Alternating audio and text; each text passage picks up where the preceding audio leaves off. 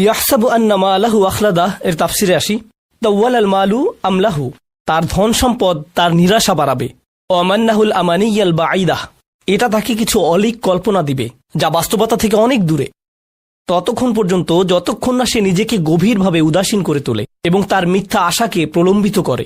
ইয়াহসাবু আন্না মালাহু তারাকাহু খালিদান, সে মনে করে তার সম্পদ তাকে চিরস্থায়ী করবে। ফিদ দুনিয়া লা ইয়ামুত, এই দুনিয়ায় যেন সে কখনো মরবে না। এটা দিয়ে পরকালকেও বোঝানো হয়েছে। সে মনে করে, আর হ্যাঁ, এটা বোঝাটা খুবই জরুরি, এমন অনেকে আছে যারা মনে করে আল্লাহ তাদেরকে এত বেশি দিয়েছেন তাই তারা পরকালেও পার পেয়ে যাবে। হে, আল্লাহ আমাকে এত ভালোবাসেন, তিনি আমাকে এত এত সম্পদ দিয়েছেন, আল্লাহ নিশ্চয়ই পরকালেও আমার জন্য ভালো কিছুই দিবেন। আমাদের অনেকের চিন্তাভাবনা এমন। এটা আসলে খ্রিস্টান প্রোটেস্ট্যান্টদের বিশ্বাসের মূল ভিত্তি।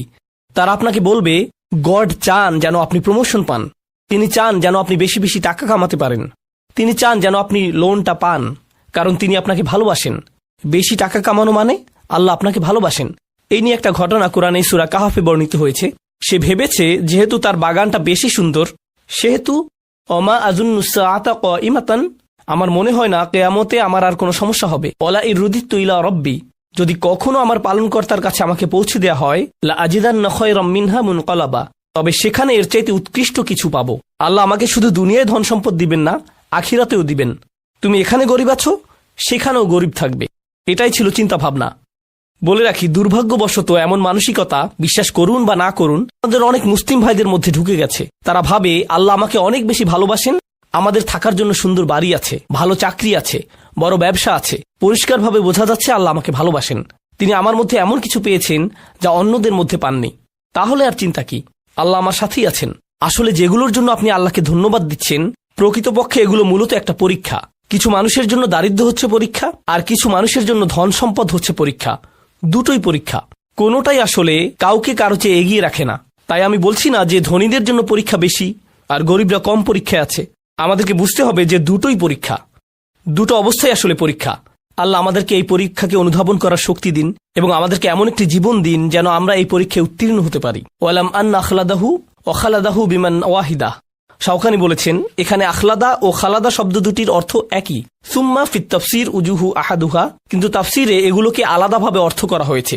ইয়াতামিলা আইয়াকুন আল মানা তুল আল মাল তাউল আল মাল আমলাহু, এর একটি অর্থ হতে পারে তার ধন সম্পদ তার আশাকে প্রলম্বিত করে, এজন্যই সে ভাবে যে সে চিরকাল বেঁচে থাকবে। আলাম ইয়াকুল ইউখলিদুহু, তিনি এখানে বলেননি যে এটা তাকে চিরস্থায়ী জীবন দিবে। তিনি এখানে বর্তমান বা ভবিষ্যৎকাল ব্যবহার করেননি, তিনি অতীতকাল ব্যবহার করেছেন। লিআন্নাল মুরাদ ইয়াহসাবু হাযাল ইনসান, কারণ এর অর্থ হচ্ছে মানুষ মনে করে আন্নাল মালা দিমনুল্লাহুল খুলুদ ওয়া আতাহুল আমান মিনাল মাউত ওয়া কাআন্নাহু হাকামা ওয়া কাদ ফারাকা মিনহু অলিজালিকা যাকারাহু আল মাদি। তিনি এখানে যা বলেছেন তা হলো, এর কারণ হচ্ছে মানুষ মনে করে যেহেতু তার ধন সম্পদ আছে, এই দিয়ে প্রমাণ হয় আমি পার পেয়ে গিয়েছি, আমাকে আর ভবিষ্যৎ নিয়ে ভাবতে হবে না, কারণ আমার টাকা পয়সা আছে। অর্থাৎ আখিরাতের সতর্কতা, ভবিষ্যতের সতর্কতা তাকে ভাবায় না। তার মাথায় শুরুতেই যা আসে তা হলো আমি ঠিক আছি, আমার কোনো সমস্যা নেই, অন্যদের এসবে সমস্যা হতে পারে, আমি পার পেয়ে যাব। কেউ কেউ আবার ভাবে, এই সূরার তাফসিরে মুফতি আহমদ শফি এটা বলেছেন, এটা রেকর্ড করা আছে। তিনি বলেন কিছু মানুষ আছে তারা ভাবে তারা জান্নাত কিনতে পারবে।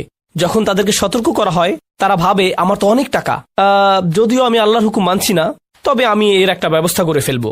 সামনের হজে আমি এলিট প্যাকেজে যাব, এলিট প্যাকেজে গেলে কোনো সিকিউরিটি গেটে আমাকে আটকাবে না, এরপর একদম সোজা জান্নাতে চলে যাব, মানে জান্নাত আমার জন্য অপেক্ষা করছে। তো এভাবে সে ফুরু হয়ে যায়, অর্থাৎ ভবিষ্যৎ নিয়ে সে পুরোপুরি অসচেতন হয়ে পড়ে। ক্বাল আল হাসান, হাসান বলেন মা রাআইতু ইয়াকিনান, এটা একটা অসাধারণ মন্তব্য। মা রাআইতু ইয়াকিনান লা শাক্কা ফীহি আশবাহু বিশাক লা ইয়াকিনা ফিকাল মাউত, সে ভাবে আমি এ ব্যাপারে নিশ্চিত নই, যেখানে এতে আসলে কোনো সন্দেহ নেই। মানুষ এটা নিয়ে খুবই অনিশ্চিত, যেন এটা কোনো অনিশ্চিত বিষয়।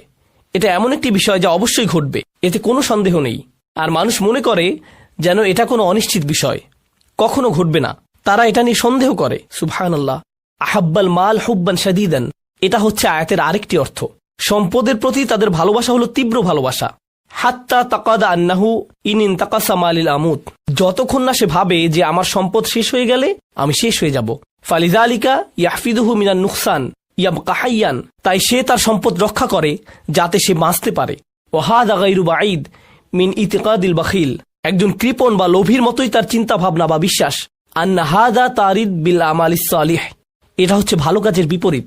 ও আন্নাহু হুয়াল্লাযী ইয়াখলুদু সাহিবাহু ফিদ দুনিয়া বিযিকর। আর এটা হচ্ছে ভালো মানুষেরা এটা জানে যে ভালো কাজ করে এটাই তাকে সত্যিকারের চিরস্থায়ী জীবন দেবে, ভালো কাজের প্রচারের মাধ্যমে। ওয়াফি আখিরি নাঈমিল মুকিম।